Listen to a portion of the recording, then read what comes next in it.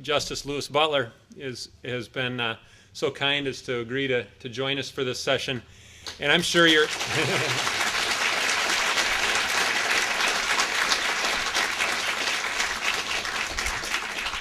I'm sure you're all here to hear him anyway, so that's why I'm gonna keep my remarks brief and let him do most of the talking. But for those of you who heard me speak this morning, I made a remark that we have poisoned state Supreme Court elections, and I mentioned that some $12 million has been spent on the last two state Supreme Court elections in Wisconsin. And of that, almost $8 million of that total was not raised or spent by the candidates, but rather by 4 special interest groups. And there were other interest groups that were involved in the campaign. So I'm saying that 2/3 of the spending was just done by 4: Wisconsin Manufacturers and Commerce, Coalition for America's Families, Greater Wisconsin Committee, and Club for Growth. Those 4 groups exploited a deficiency in our law that allows groups to raise money and spend money unaccountably, keep you in the dark about who they are, where they get their money from, and how much they're spending to influence our elections.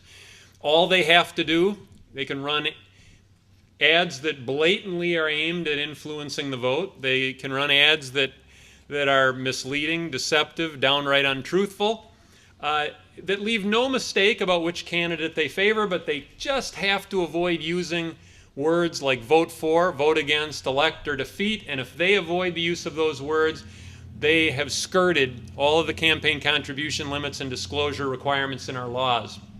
Wisconsin used to have some of the best campaign contribution limits and disclosure laws in the nation. Those laws included one of Fighting Bob LaFollette's crowning achievements, which was the ban on corporate contributions to political campaigns that was enacted in 1906.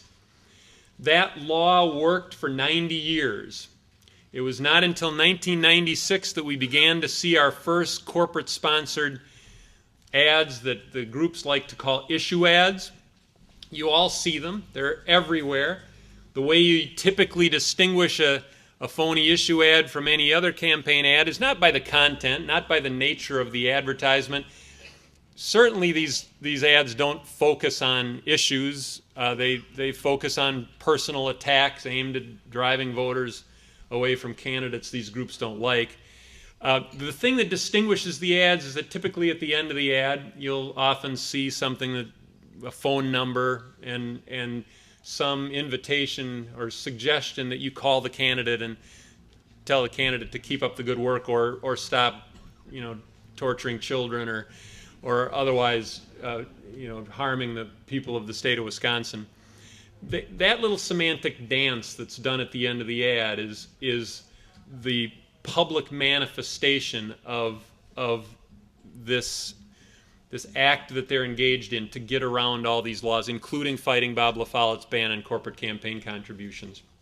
Now, I want to just briefly suggest a couple of things. One is that these issue ads are curious because if you look at the issues that these groups care most about, their issue ads don't have anything to do with those issues.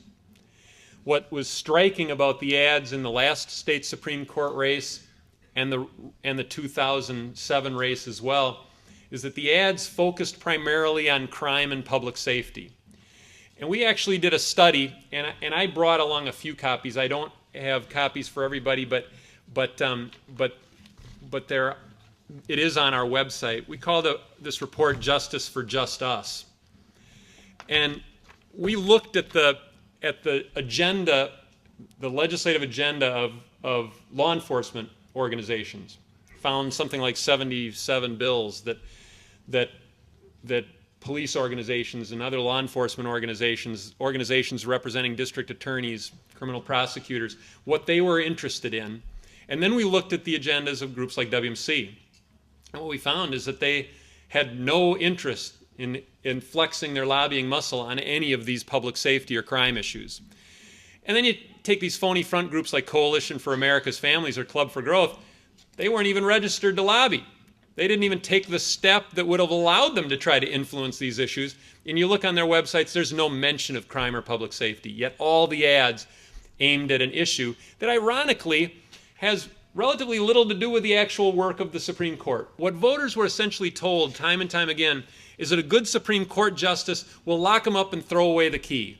The problem is the Supreme Court doesn't hold criminal trials and doesn't sentence criminals. So it was fundamentally deceptive and deceiving advertising on that front, to say nothing of the race baiting and the outright lies that were told about specific cases. And I won't get into that. Perhaps Justice Butler will. But just in terms of the subject matter of the advertising, this advertising was horribly misleading. The last thing I want to mention before turning it over is that there is an opportunity that is approaching to do something about this. An agency called the Government Accountability Board was formed as a result of an ethics reform bill that we pushed very aggressively. The old elections board was made up of, essentially, it was a jury of the politicians' pals. It was appointees of the governor, the legislative leaders, the major political parties. And what we wanted to do is create a more politically independent agency that answers to a nonpartisan board, and create a structure where the top political bosses don't get to handpick these people. And that was achieved, which was a pretty significant reform, and it resulted in the creation of something called the Government Accountability Board. The Government Accountability Board now has not only invited testimony, but is actually in the process of drafting rules that would close this loophole that allows these groups to spend unaccountably. And keep in mind, when somebody like Louis Butler runs for state Supreme Court, he's limited in what he can take from an individual. He's limited in what he can take from a political action committee. He can't take any money from a corporate or union treasury and has to disclose everything. These groups that are operating out there can take money from anyone, from anywhere, in any amount, and they don't have to disclose a thing. This rule that the Government Accountability Board is saying they're intending to act on October 6th would change that, and would require these groups to disclose, and would also require these groups to abide by the campaign contribution limits and other facets of our law. And so one of the things I want to ask you is sometime between now and October 6th, call or email the Government Accountability Board and let them know that you care about this and that you want them to act. Because I want to read you a list of the groups that are lined up against this. The Democracy Campaign testified before it. We invited the Brennan Center for Justice at New York University Law School to come in and help draft a constitutionally viable rule for the board to consider. We're on record in support. Here's a list of the groups that are against it. The Association of Wisconsin Lobbyists, Coalition for America's Families, big surprise there, Greater Wisconsin Committee, Wisconsin Bankers Association, Wisconsin Builders Association, Wisconsin Club for Growth, Wisconsin Education Association Council, Wisconsin Farm Bureau Federation, Wisconsin Grocers Association, Wisconsin Manufacturers and Commerce, Wisconsin Realtors Association, and Wisconsin Right to Life. They've also brought in a national outfit called the Center for Competitive Politics, which is run by a former member of the Federal Elections Commission who's fought all these kinds of reforms. And they've enlisted the support of an Indiana-based law firm run by a fellow named James Bopp, who probably none of you know, but he's probably the foremost anti-reform attorney in the country. These people have all descended on Madison to try to kill this rule. The board still directed its staff to bring a rule to them for October 6th, and 5 out of the 6 members told the Wisconsin State Journal it's their intention to act. So we have a chance here to strike a blow against this unaccountable fundraising and spending done by these groups that did 2/3 of the fundraising and spending in these last 2 races and 90% of the television advertising in the race that Justice Butler was involved in. They have hijacked these races, and they've done it in a way that, because they have been able to render laws like Fighting Bob La Follett's great reform enacted in 1906 functionally meaningless. We have to fight like crazy to restore that. We need to do it by passing an impartial justice bill.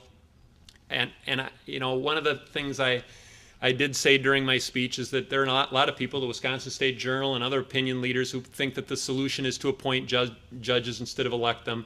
And one of the things I said is, when you got poisoned elections, shouldn't you get rid of the poison instead of the elections? But we have a fight on our hands. People who want to take away our right to decide who sits on the state Supreme Court. But more than that, people who want to protect the poisoning of these elections that are making our voices virtually meaningless in these races, and frankly, even making the voices of the candidates themselves more or less meaningless, because when they're doing 90% of the television advertising, the candidates themselves are almost becoming bystanders in their own election. And that's something that we need to combat. With that as introductory remarks, let me first thank Louis Butler for agreeing to be here, but then let me also ask you to give him a very warm welcome.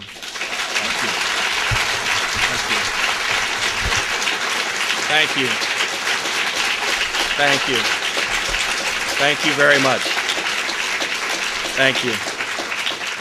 Thank you, Mike. And I know we're still looking for Ed. I think he got lost along the way. I have a confession to make. When Ed first called me about coming and speaking here this afternoon, I was reluctant to do so. And I'll share with you why, because I think it's important in the big picture, in the big scheme of things. Since the election, as you can imagine, the press has been hounding me, wanting to know what I thought about the election and how it played out, and should there be anything different. And I've been reluctant, quite frankly, to talk to the local press. And the reason I've been reluctant to talk to the local press is twofold. One, I don't think they did a good job of covering the election. I don't think they were helpful in informing voters on what was going on. But two, more importantly, I did not want to look as though a losing candidate was full of sour grapes and take away from the importance of the issue that faces all of us here in the state. And so I had made it pretty much my practice. I would talk to national media. I would talk to national groups. I've been appointed since the election to the American Bar Association Special Committee on Judicial Independence. We'll be meeting, having our inaugural meeting next month in Williamsburg. I've been appointed to the Sandra Day O'Connor Project, where I'll be on a panel on October 2nd with Ted Olson, who argued Bush versus Gore, Tom Gottschalk, who is a senior partner at the firm of Kirkland and Ellis in Chicago, and Adam Liptak, who did the New York Times article about this race. We'll be addressing 150 CEOs at Georgetown Law School to talk specifically. If he's moving the mic closer, I'll just get louder. But to talk specifically about issues dealing with judicial independence and the hijacking of Supreme Court races around the country. What you saw in Wisconsin the last 2 years is not unique around the nation. It's happened in state after state after state. This year, the West Virginia Chief Justice also lost an election. I've been told, and I haven't had a chance to verify the figures yet, but I've been told that out of 15 similar races in the nation over the last few years, these attack ads have prevailed in 14 of them. So you have Supreme Courts around the country that are being purchased. And that should be scary to all of us. I'm also going to be going up to Minnesota because Minnesota in December is at the Judicial Conference is going to be considering the merit selection process that Mike McCabe was just talking about. So I have some thoughts that I want to share. I want to do it in the context of the big picture and protecting people's right to vote, people's right to know, and making an informed decision on who should be making decisions about your futures. So I have some ideas about some things that I think will work and some things that I think will not work. And I want to start with this whole concept of the merit selection process. Now, in Wisconsin, we've had a long history of electing our judges. And until recently, it has worked well in our state. And I have said many times, and people have said, well, what are you going to say depending upon the outcome of the election before the election? Will you still feel the same way? But I've said many times that there's something to be said about people making decisions about who will make the decisions about their futures. And I don't think the voters should be robbed of the right to make those calls. Even if that were a better process, and I know Minnesota is going to be looking very closely at that, there's also the pragmatic side that it would take a constitutional amendment in our state to change our system of electing judges to a merit selection process. And I have yet to see any voters around this country willingly give up their right to make that selection. So when I look at the push for merit selection, to me it appears to be a distraction from the bigger picture, from the bigger issue. The more you talk about merit selection, the less you talk about things that are important, such as public financing of judicial elections, and such as disclosure of who's behind the 527 contributions. Those are the two big issues that I think can clean up our elective process throughout this nation. And I want to talk just a little bit about that. But Mike is right. The campaigns have basically been taken away from the candidates. Almost all of the money that was spent in the last Supreme Court race was spent by independent groups. The money that has been publicly broadcast in terms of what was spent by the independents, in my humble opinion, is grossly understated. A lot more, in my opinion, was spent than what is known. It is difficult to get at all of the figures that were spent out there. For example, we know what was spent within the media, television media, radio media, newspapers, because you have to disclose that. That's out there, and it's easy to track down those figures.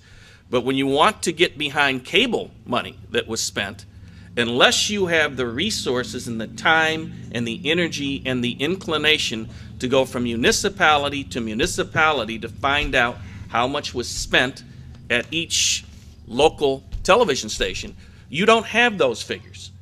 So I don't think we have all of the money that was spent with respect to cable spending, whether it be radio or television. In addition, we had a lot of mailers, some that we know about, and there are mailers that we don't know about. I mean, it was very interesting to find out in the days before the election that I was in favor of partial birth abortion. I mean, there were a number of issues that I was anti-gun rights, pro-choice. I mean, things that we had never voted on as a court, and things that I had not taken public positions on, being a member of the court. I mean, we're not supposed to go out there and campaign on those issues, right? So all of these things went out in mailers in the days before the election, I think in the 4 days before the election, which may have turned the tide at the end. There's targeted voting to specific individuals to try to get the vote out. So we don't know how much was spent. We know what people have been able to find out.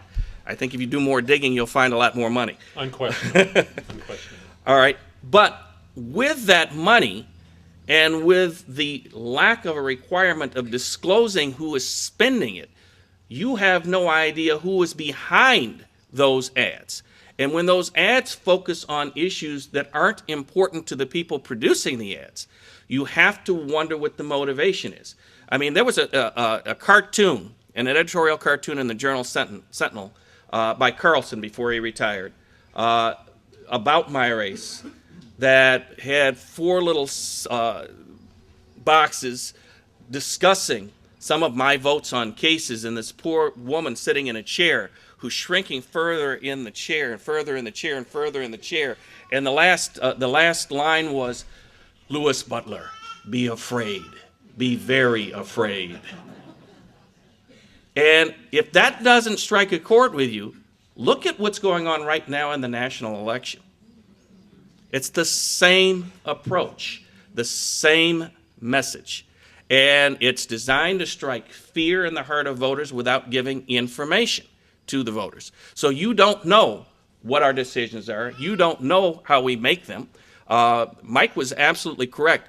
About a fourth of the decisions that come before the Wisconsin Supreme Court in cases that are accepted. Now, it's 50-50 in terms of what people bring to the court, but about a fourth of the cases are criminal. The rest are all civil in nature. Groups like Wisconsin Manufacturers and Commerce, they're interested in the civil matters. They were specifically interested in 3 cases that we decided in 2005. But you did not hear about those. You heard instead about, and I'm going to talk specifically about the independent ads now, you heard specifically about a case that, and it was quite telling in how the case was chosen, a case that I could not respond to because the case was still pending in the trial court. Ethically, judges are precluded from saying anything that might influence a matter that is still pending. So I couldn't even respond, but it had to do with the Jensen matter that was being tried in the circuit court following an appeal that came to our court on the constitutional right of confrontation. And I don't know if this is true or not, but I may be the only justice in the country who has lost an election for following the law. Think about that. And we know that that's the case because weeks after the election, the United States Supreme Court came down with the case of Giles versus California, where they basically adopted the dissent that was portrayed in not one, not two, but 3 WMC ads where millions of dollars were spent on those ads. Now that's what the voters were faced with misinformation, with distortions about what we do as a court, and with distortions about what the law may be. And it was, well, he's siding with criminals, and I don't want to go there. The bigger issue, and this has nothing to do, and I want to take this beyond Louis Butler, and I think that's important. That's one of the reasons I'm reluctant, because I know that every time I speak, it's kind of like, what is that, E.F. Hutton, on these issues, and I want to be careful not to trivialize this. This is too important across the nation, and we have to protect our elective judiciary, and we have to protect the independence of the courts. If we don't do that, you will not have a court system that will provide you with just and impartial results. You will have a court system that responds to those who put them in the position.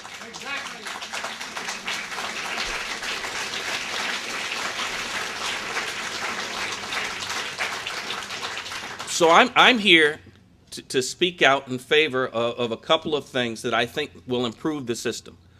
One, and it's a position that was unanimously taken by the Wisconsin Supreme Court prior to the election, public financing of judicial races.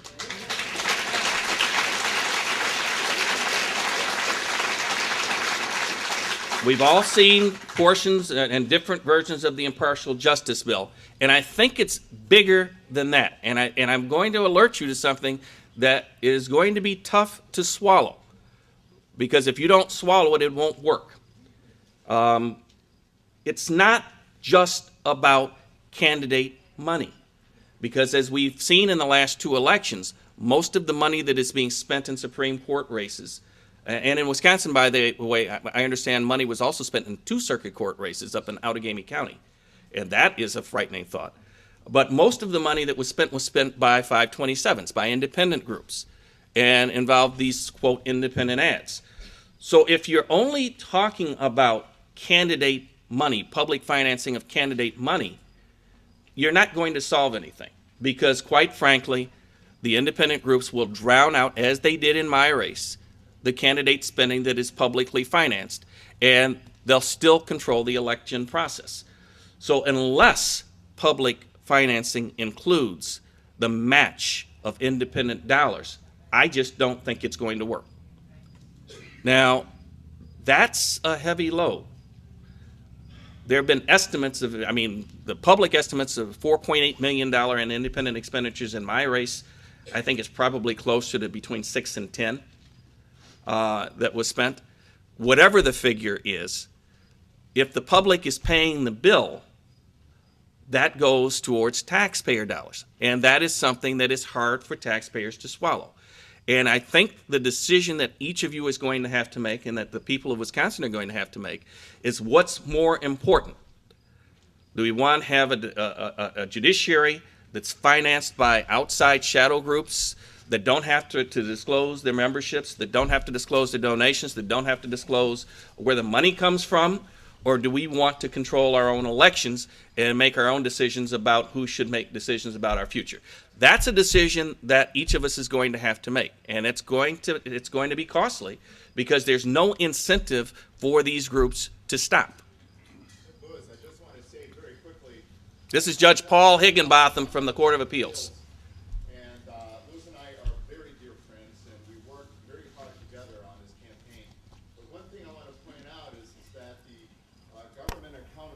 Board has before it the issue of whether to require disclosure of contributors to these issue ads, quote unquote.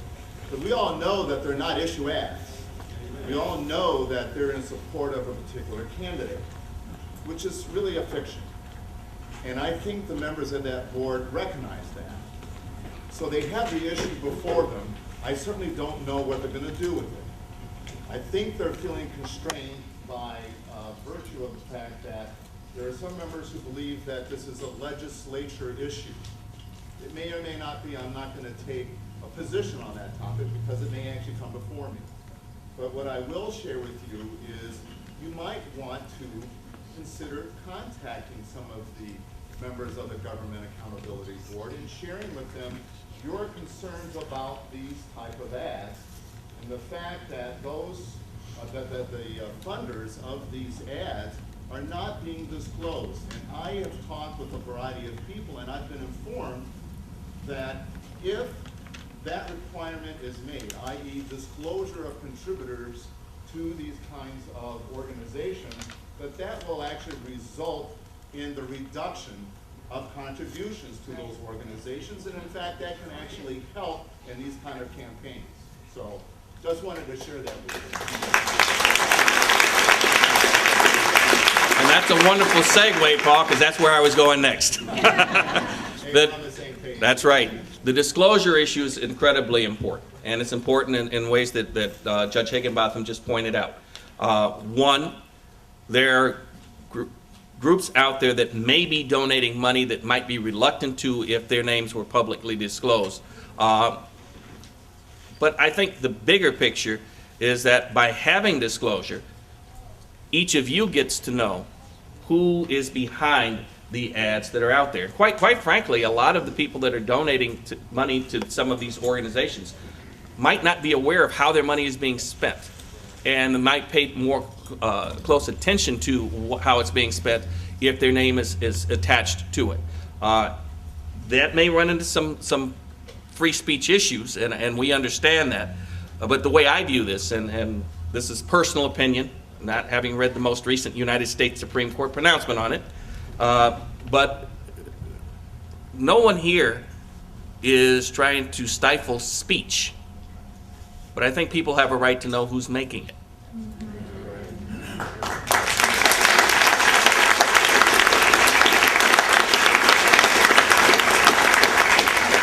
If those two things happen, we can protect our court system. If we sit on the sidelines and if we let the ads work and if we respond, I mean, one of the things that was really devastating in the last election is that there was so much fear-mongering that was taking place by some of the ads that were out there that it turned off a large segment of the electorate. People just said, I'm staying home. I'm not voting. I don't want to be part of this. And that goes to how some of the coverage went. While you had independents on both sides that were running negative ads, and while you had one of the candidates running negative ads, one of the candidates did not. Yet when the newspapers covered it, it was, well, a pox on both their houses, they're all doing it. Well, that wasn't the case, but you didn't know that because you didn't get to see the coverage on it. And so that's why it's important, and I challenge, and I have challenged, and I continue to challenge the media to take a much more active role in their responsibility to inform the public and analyze what's taking place in these elections so that you can make an informed decision.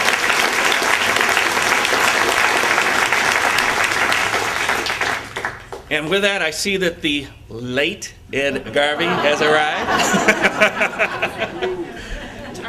Look who's showed up. Ed Garvey, ladies and gentlemen.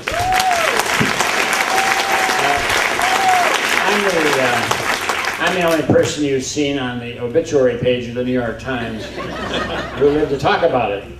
They carried my picture when one of our mediators died, and forgot to mention we also had fired him. So I'm also happy to see Don Fraser and Arvon Fraser here. Arvon will be speaking this afternoon, and Don Fraser is one of the great public servants that certainly I've ever known. So they are here from Minnesota. I think they were fleeing the Republican convention. I'm going to be very brief. Paul, first off, Brett Favre no longer plays for the Packers, so you might want to get a number 12 jersey instead of number 4. The second is this. I'd like to apologize to Louis Butler on behalf of the state of Wisconsin. It is a disgrace that he's not on our court.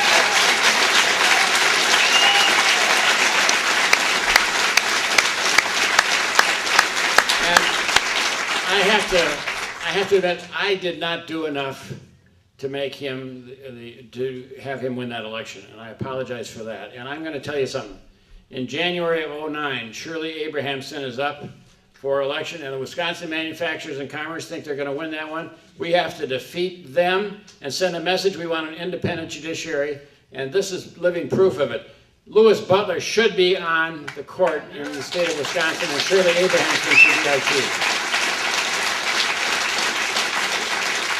So here's the good news.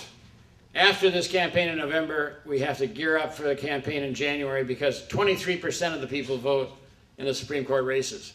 And we've got to do better than that. If we get 55, 60% of the vote, we're going to re-elect Shirley Abrahamson, and we're going to demand that you get involved in that campaign because we can't stand by and watch them buy our court.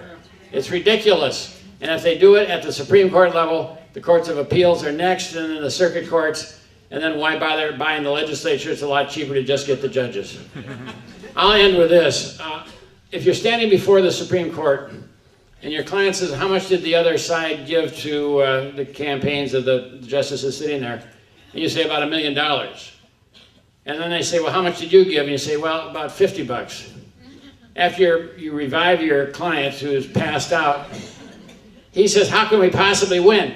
Now, it doesn't matter whether that money affects the judgment of the people on the bench. It is the perception among the public that the independence of the judiciary has been sold out. That has to be addressed and has to be stopped. So count on me once the November races are over to call on you to say we've got to do something about our court race in January of 2009. Thank you very much. Thank you, Ed.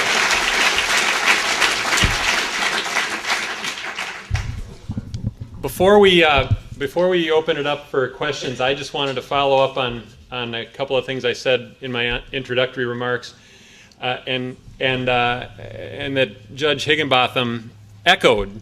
The Government Accountability Board has an issue ad rule before it, and I told you that it would be a good idea to let it be known where you all stand because these lobbying groups are sure doing it.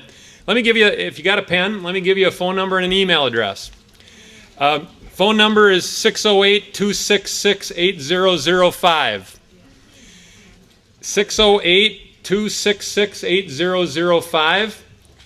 And if you didn't happen to jot it down or didn't have a pen handy, come up and see me afterwards because I'll have that here. And an email address is gab@wi.gov, wi.gov. So it's gab@wi.gov. And, you know, I just think it's so incredibly important in advance of the October 6th meeting that the board hear from some people who are not represented by one of that litany of lobbying groups that I mentioned are working night and day to try to derail this. And second thing I wanted to mention, Ed talked about getting out there and voting.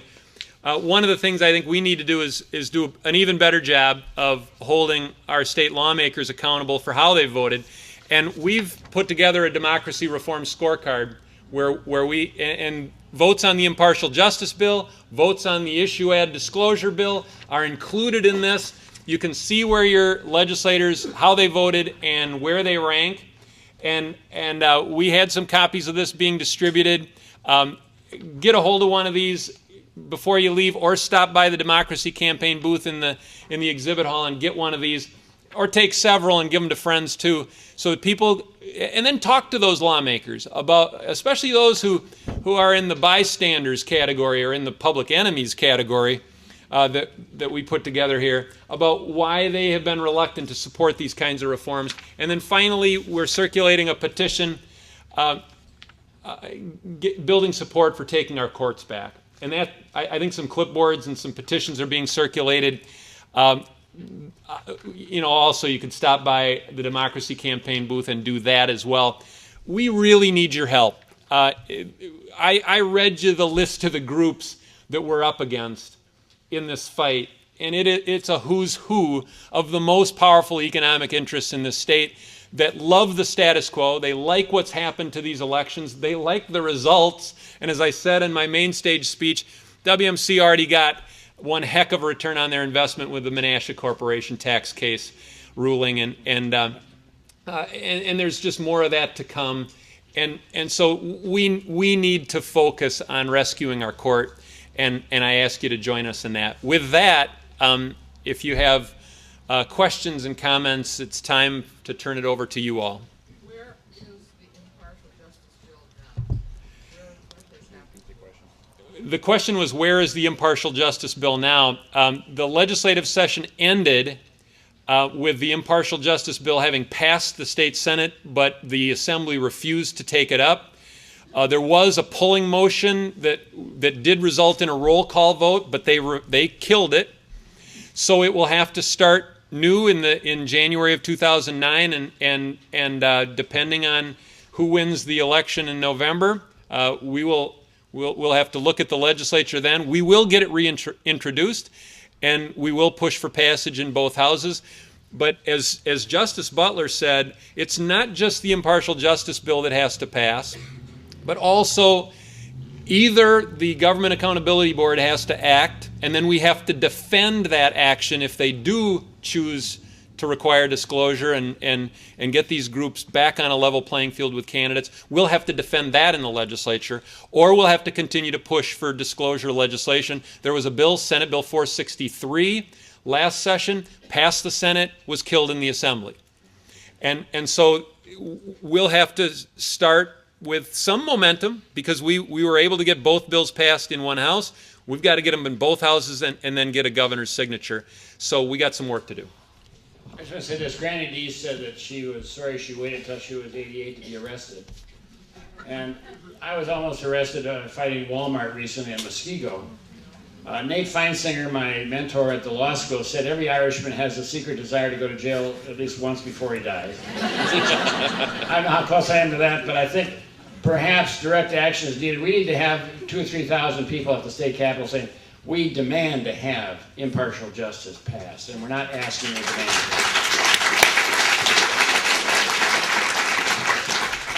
Do you want to mention that there's also information about the candidates who are not incumbents on where they vote?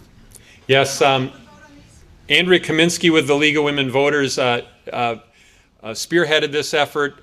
The Democracy Campaign and Common Cause in Wisconsin joined the League in doing a candidate questionnaire, asking very pointed questions, and the very first question was whether they support publicly financed state Supreme Court elections. And those answers from candidates, and many candidates refused to answer, which is telling, but I encourage you to go to the League's booth, which is right next to the Democracy Campaign's table, and get that voter guide so that you know, or you can do it on the web. Both the Democracy Campaign's got it up on the web, but also the League's website. Know how they answered the questions, know how they voted, and then hold those lawmakers accountable for where they stand on these issues. Yeah. I'd like to raise the issue that you're talking about now in a larger sense, and that is, what do we know about lobbyists? Well, and you can jump in here too, Justice Butler, or Ed, but let me just take that last point first. These groups have names like Coalition for America's Families or Club for Growth or Greater Wisconsin Committee. And they do that very deliberately, and what we've found over the years is that those groups often will change names, but it'll be the same operatives from election cycle to election cycle. We saw the Teddy Roosevelt Fund become Project Vote Informed, become the Alliance for a Working Wisconsin, and now it's the same basic people are involved with Club for Growth. It's a game that they're playing to keep voters in the dark, and they are exploiting a loophole in the law to assist them in doing that. The Democracy Campaign does its level best. On our website, you can see descriptions of who these people are and who's behind them.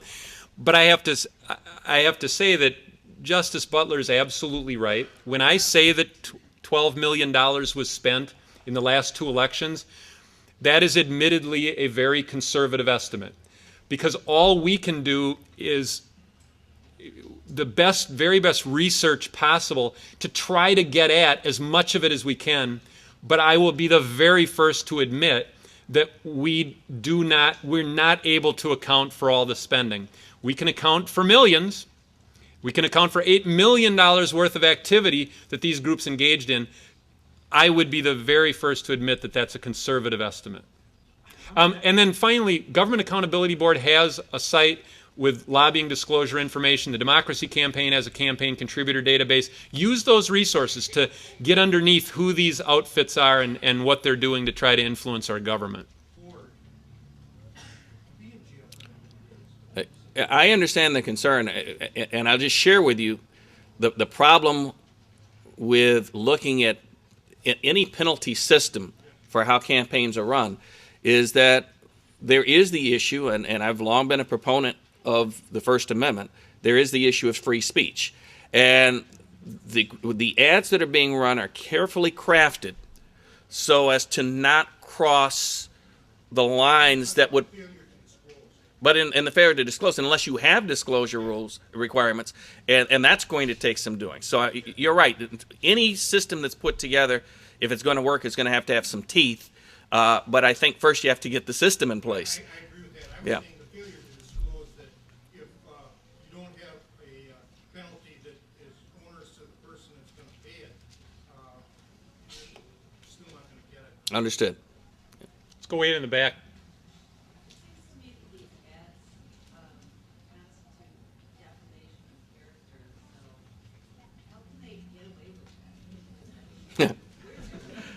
That's a very good question. The question is, it appears to the questioner that these ads really involve defamation of character, and isn't there something that can be done in response to that defamation?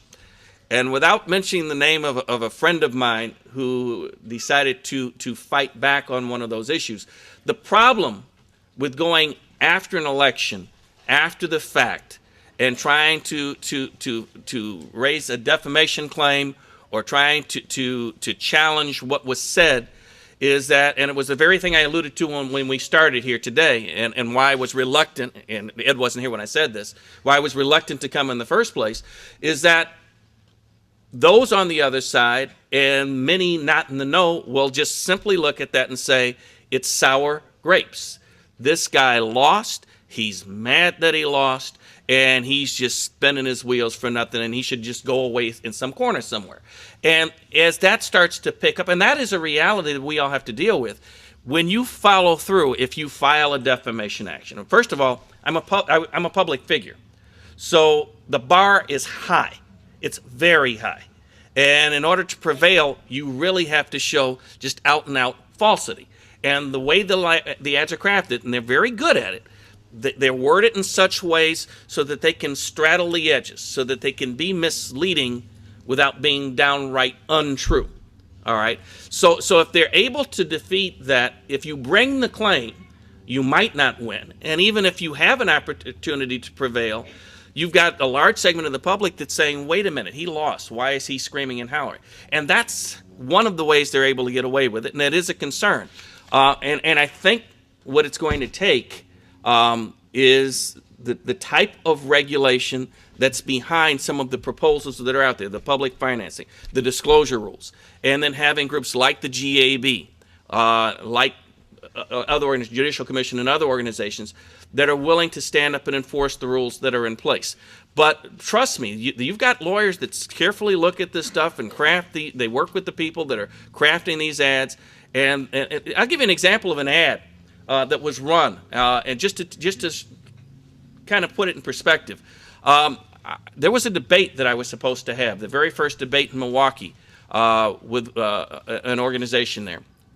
And we were told on the morning of the debate that my opponent could not be there. All right, well, should I go? Should I be the only one there? And I had some concerns because I've seen this done in other campaigns. And I said, well, I made a commitment. I'll be there regardless. And I showed up. And when I got there, there was a cameraman that came into the room, and he set up a camera. And I immediately asked the people who were putting on the session, who are these guys? We don't know. They asked. The only disclosure that we got from the individual who was doing the filming is that they were from a group called, I think it was called Pro Video Wisconsin. Or Pro Video Madison, maybe. It might have been Pro Video Madison. Nobody knew who they were. Nobody knew what they were there for. Nobody knew what they were going to do. But it's not my session. I don't have the say, and I didn't go up to the organizers and say, well, look, if they're there, I'm not speaking. I went ahead and gave a speech. And I was in the middle of joking with the audience about something that had nothing to do with anything. And there was a campaign ad that was run that showed me laughing while they were talking about releasing some inmates to the street. You remember that? That's where it came from. That's the level that these ads are put together and how they do. Now, everything that they showed was accurate. I was there. I was speaking to a group. I was laughing. It had nothing to do with putting inmates out on the street. All right? So that's how they walk these lines. And that's why it's important that you know who's behind the ads and that you have information about what these groups want, because then you can make a decision about, well, are they really fulfilling their interests, or are they trying to push something else? Yeah, we're getting close to time. I was slandered by Bob Kasten, and the guy who was running the media campaign for him is Roger Ailes, who's the president of Fox News, fair and balanced. Now, I say I was slandered and libeled because Bob Kasten admitted it and said as his penalty, he apologized that he hoped it did not cause us any inconvenience. The problem is that, as Justice Butler was pointing out, the cost of bringing a lawsuit after you've lost an election and probably have a debt if you're a Democrat, so 1:30 maybe, is such that it's almost impossible to take on those who are willing to libel and slander. Disclosure helps, but we also need to jump up and say, we are going to demand that these debates, for example, the one that Lewis was talking about, whatever happened to the idea of the League of Women Voters running these debates? I think it's time to bring it back. Bring back the League of Women Voters and have some rules to follow and disclose who they are, and maybe we can get there. But let's have public financing as well. Yes.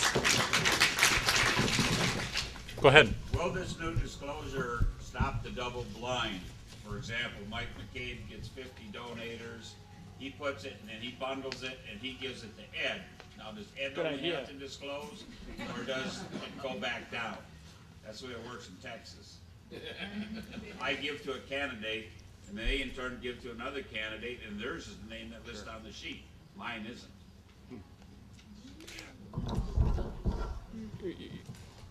That's not the problem with these outside groups. That's a problem with candidate committees and the candidate fundraising. Wisconsin has relatively strong laws that remain reasonably effective when it comes to being able to ascertain who is making the donations to candidates. That's not to say that we don't encounter some situations where the name of the donor we suspect it doesn't reflect the true origins of the money. But Wisconsin does have reasonably strong laws in that respect. The biggest problem in Wisconsin is that you can give $500 to a candidate for assembly. You can give $1,000 to a candidate for state senate. You can give $10,000 to a candidate for statewide office like governor. But if you want to give $1 million or $6 million or name your figure, you can funnel that kind of money through these phony front groups. And they can take money from anyone, from anywhere, in any amount, and they don't have to disclose a thing. That's the real scandal in Wisconsin, and that's where the huge money is flowing. And the fact that they don't have to disclose is what has rendered Fighting Bob LaFollette's 1906 ban on corporate contributions effectively meaningless. Because if a corporation wants to take money right out of its treasury and hand it to a group like Club for Growth or Coalition for America's Families, if WMC wants to directly solicit its corporate members for donations out of their treasury, they can take that money, hijack a campaign, spend millions, buy an election, and they don't have to account for where that money came from. They don't have to tell all of us, and they keep the voters in the dark. And of course, if they don't have to disclose, they don't have to obey Fighting Bob's ban. And so I think that's the scandal that has led once very strong campaign finance laws, good contribution limits, strong disclosure laws, to basically not be worth the paper they're written on. And that's, I think, the biggest problem that we need to solve. And I would just echo what Justice Butler said. Publicly financed elections for state Supreme Court are essential. We need to free candidates from the private money chase, but then we need to get at this issue of the outside groups being able to come in and just overwhelm the candidates and essentially hijack the campaign. Is anyone organizing a citizen action against groups like WMC? I come from Hudson, Wisconsin, and the U.S. Chamber of Commerce is running ads sliming Al Franken. They don't like his support for a union bill, but they're coming out with he made a mistake on his taxes he paid to New York when he gets supposed to pay the fees. But, and it's just irked me, and I felt like going to the local Chamber of Commerce and telling them, I don't appreciate that, I'm not going to support you. Are you slime merchants now, or what? But is there an effort to, I happen to have Kohler Plumbing.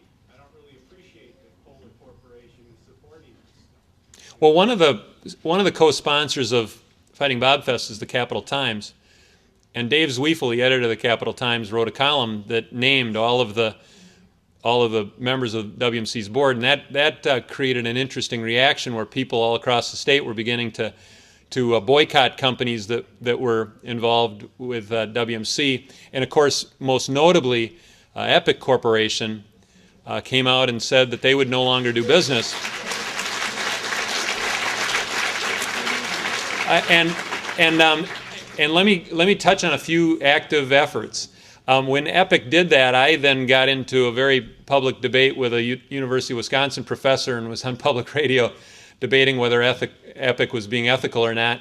I backed Epic's action, but there's a lot more going on that is similar to that. Former Madison Mayor Paul Soglin has been very active in organizing efforts around the state to boycott and picket companies that are members of WMC's board of directors. One Wisconsin Now, which has a table in the exhibit hall, has something called WMC Watch on the web. And the Democracy Campaign, we've done studies like Justice for Just Us to show the hypocrisy and what's happening here. And we've lent our assistance to efforts to expose WMC's activities here as well. So on a number of different fronts, there are community-based efforts, picketing, and then lots of citizens have just taken it upon themselves to stop doing business with companies that are part of WMC's board. And I encourage you to tap into networks like One Wisconsin Now. Paul Soglin has a blog. He's on the internet. Maybe join in there and check with him about community-based efforts that you can be involved in. And then look at WMC's board of directors yourselves and think about efforts that you can undertake in your own community.